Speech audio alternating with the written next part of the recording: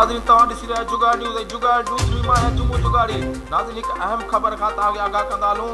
JUI जो आज़ादी मार्च तक़रीबन इस्लामाबाद पहुची चुको आहे ऐं रेड ज़ोन जे लॻभॻि उहो जेको लखी माण्हुनि जो क़ाफ़िलो आहे इमरान ख़ान खां इस्तीफ़ा वठी ऐं पोइ मोटंदा इहो चवणु आहे JUI अॻुवाणनि जो ऐं JUI जेके कारकुन लखे तादाद में इस्लामाबाद तरफ़ वञी रहिया आहिनि ऐं ॾिसूं त उते असांजो नुमाइंदो रिपोर्टर आरियो ख़ान मौजूदु आहे वधीक तफ़सील हुन खां पुछूं था। अस्सलाम वालेकुम भाया ख़ान। वालेकुम सलाम। तव्हां असांखे ॿुधो पिया? जी जी बिल्कुलु ॿुधूं पिया। छा सूरत हाल आहे जेका लॉन्ग मार्च जी जेके हींअर रेड ज़ोन घणो परे आहिनि? तक़रीबन 150 फुट खनि परे आहिनि। इन में जेको आहे नवाज़ शरीफ़ जो माण्हू गुलू भट्ट बि आहे। जी अच्छा नून लीग जो गुलू भट्ट बि आहे। उहो ख़ाली हथी आयो आहे या कुझु खणी आयो आहे? ऐं जेके झंडा लॻल हुया उन्हनि में उहे झंडा शीशे में रखिया विया आहिनि ऐं जेको आहे उहे झंडा इस्तेमालु करण लाइ हथनि में उन्हनि खे आहे। तव्हां हींअर किथे आहियो भाया ख़ान? मां पाण वण ते चढ़ियल आहे।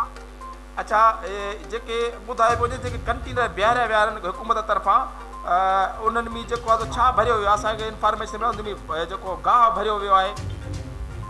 जी जी बिल्कुलु जेको पहिरियां जेके नवाज़ शरीफ़ जूं वेहूं इमरान ख़ान खपायूं उन लाइ जेके गाहु लाइ जेको आहे ॿारहं जेका बची हुई उन में गाहु पुछियो उहो गाहु कंटेनर में विधो वियो आहे ऐं कुझु खेड़ा बि आहिनि जेके उन में विधा विया आहिनि ऐं जेको आहे उन्हनि खां कंटेनर न खणी सघनि इन लाइ जेको आहे उन्हनि में विधा विया आहिनि।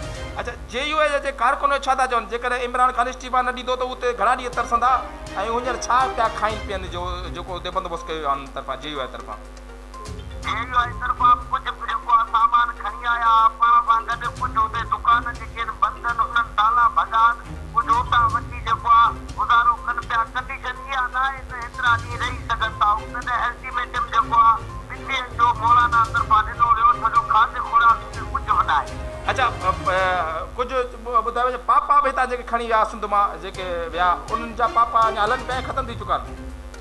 उहे जेके घोटकी खां उन्हनि खां फुरती विया आहिनि उहे अञा ताईं उते न पहुची सघिया।